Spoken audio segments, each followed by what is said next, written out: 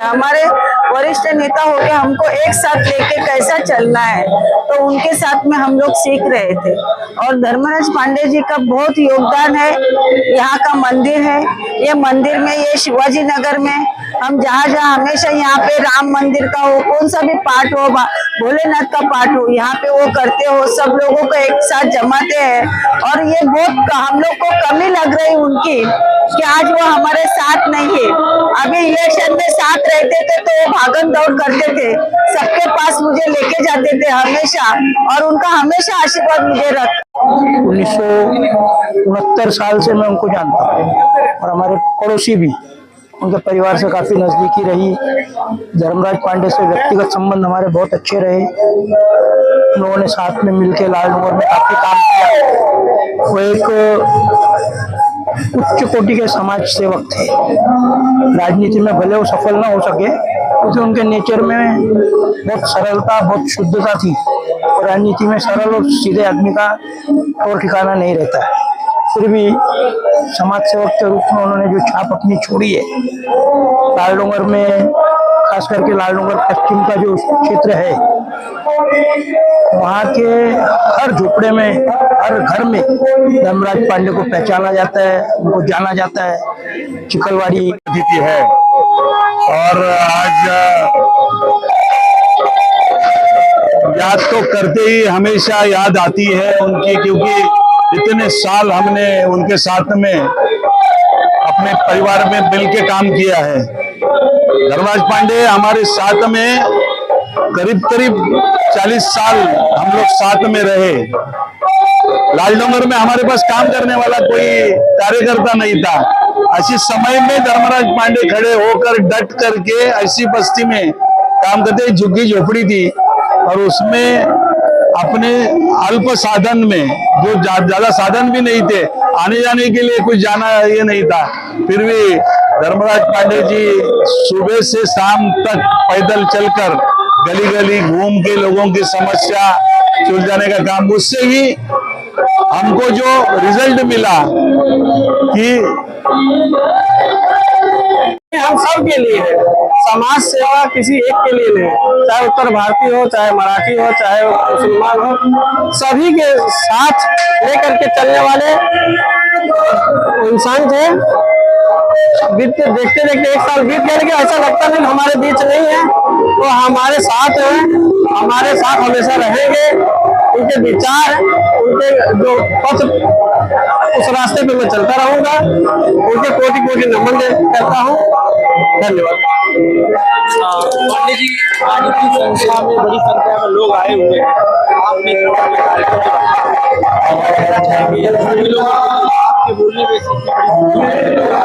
देखिए, अभी जैसा हमारे सुभाष यादव जी ने बताया कि वो सिर्फ एक पर्सनल जीवन में आदर्श नहीं थे, वो सभी लोगों के लिए आदर्श थे। और हमारे लिए तो पिता तुल्य, बड़े भाई, समाज के लिए सबसे ज्यादा योगदान उन्होंने दिया हुआ है। तो घर घर जाकर के सबकी समस्याएं सुनना, सबकी समस्याएं दूर करना। मैंने देखा है कि समाज में बहुत सारे नेता आपको मिलेंगे, लेकिन इस स्तर के नेता जो बिना किसी लालच का अपना खर्चा करके और बिना किसी के सहयोग का खुद का अपना लगा करके सहयोग करना और दूसरे के लिए सब कुछ करना, वो जो जरूरत की चीज है, चाहे वो विधवा महिलाएं हो, चाहे वो पढ़ने वाले बच्चे हों, चाहे किसी की फीस की जरूरत हो, और इसके अलावा और भी जो बड़े कार्यक्रम सबके लिए सहयोग करते थे। तो मैं तो यही कहूंगा कि उनके याद में अगर कुछ भी किया जाए तो कम है। पांडे जी हमारे बड़े भाई समान और हम लोगों के मार्गदर्शक, हम लोगों के प्रेरणा स्रोत है। सामाजिक जीवन जीने का हम लोगों ने उनसे एक सलीका सीखा। जीवन में हम अपने व्यक्तिगत कार्यों से निवृत्त होकर के समाज के काम में क्या लग सकते हैं, क्या उपयोग कर सकते हैं, क्या अपना योगदान दे सकते हैं, तो हम लोगों के लिए मार्गदर्शक और प्रेरणा स्रोत व्यक्ति रहे और हम लोगों का बहुत प्रेम हासिल रहा उनका। जो बात आयोजित किया गया है, क्या कहना चाहेंगे ओंकार पांडे की जो चीजा है, देखा जाए तो उनकी यादों को उन्होंने ताजा किया, क्या कहेंगे? नहीं, उन्होंने उनके काम को आगे बढ़ाया है और हम लोग इनके साथ में हैं और आने वाले दिनों में हम लोग उनकी पुण्यतिथि पर कुछ अच्छे आयोजन भी करेंगे जिससे कि लोगों को सपोर्ट हो सके और लोगों को हेल्प मिल सके। वितरण इत्यादि का कार्यक्रम उन्होंने रखा। साथ ही जो लोग गरीब पढ़ नहीं पाते थे तो आर्थिक मदद भी करते थे। इस ढंग से समाज में उन्होंने अच्छा काम किया है। उनको याद करते हुए आज हम यहाँ पर इकट्ठा हुए हैं। मुझे पूरा विश्वास है कि उनकी आत्मा को चिर शांति मिले होगी और सीधा हुए स्वर्ग में वास कर रहे होंगे। सभी लोग, मैं अपने परिवार की तरफ से उनको श्रद्धांजलि देता हूँ। जय नमस्कार। स्वर्गीय धर्मराज पांडे जी जो है, आज उनको 1 साल पूरे हो गए। दुनिया में जो आया है वो जाता है, मगर उनका कार्य हमेशा उनको याद कराता है और परिवार को ये जो दुख है, जो उनका लॉस है, वो तो भरपाई नहीं हो पाएगा, मगर उनके जीजा जी और उनके भाई बहन उनको याद करते हुए सुंदरकांड का पाठ कर रहे हैं। उनके नाम के हिसाब से आज उनको याद करने के टाइम में सुंदरकांड का पाठ रखा है। इससे बढ़िया उनको श्रद्धांजलि नहीं हो सकती। धन्यवाद।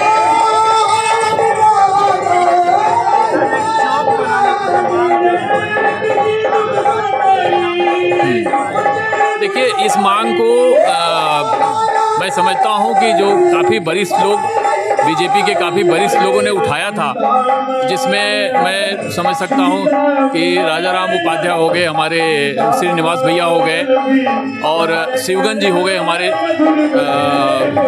महादेव शिवगन जी, और भी कई, आप आशा मराठी को समझ सकते हैं, मैडम हो गई। ये सभी लोगों ने कहा था कि नहीं, एक जो है पांडे जी के नाम से एक चौक पे एक ऐसा कीर्तिमान स्थापित हो, जिससे एक ऐसा नाम रखा जाए जिसे पांडे जी का याद दिलों में बसा रहे। धर्मराज पांडे जी रामलीला के मैदान में रामलीला करवाकर जो धार्मिक कार्य करते थे और यहाँ पर देखिए शंकर हनुमान मंदिर उन्होंने बनवाया है। आज जिस यहाँ पे सुंदरकांड का पाठ चल रहा है, उनके पुण्यतिथि के निमित्त हम सभी परिवारजन, मेरी छोटी बहन संगीता, मेरे बहनोई ओंकार पांडे जी और हम सभी पारिवारिक जन यहाँ पर उपस्थित हैं। उनकी कमी तो हमेशा खलेगी, क्योंकि उनके ही मार्गदर्शन में हमने भी राजनीति में कदम रखा। हम बहुत छोटे से थे, विवेकानंद स्कूल में उनकी अच्छी पकड़ थी। हम सभी भाइयों का उन्होंने एडमिशन वगैरह करवाया था और इतने हिसाब से जितने भी यहाँ पे समाज के जितने भी लोग थे, सबकी एक तरह से मंजिल थे। वो किसी को किसी जरूरत पड़ती थी तो सब धर्मराज पांडे जी के पास ही आते थे और एक लोगों की पहचान थे। हर मामले में बहुत ही अग्रणी थे। अशोक अडवाणी जी के जमाने से ही वो बहुत ही अग्रेसिव काम करते थे और भारतीय जनता पार्टी जनसंघ उनके खून में एकदम मिला हुआ था। कट्टर भाजपाई थे, कट्टर हिंदुत्ववादी थे। तो हमारे भाई के जाने से पूरे परिवार के साथ हम लोग इस पुण्यतिथि को उनके मना रहे हैं।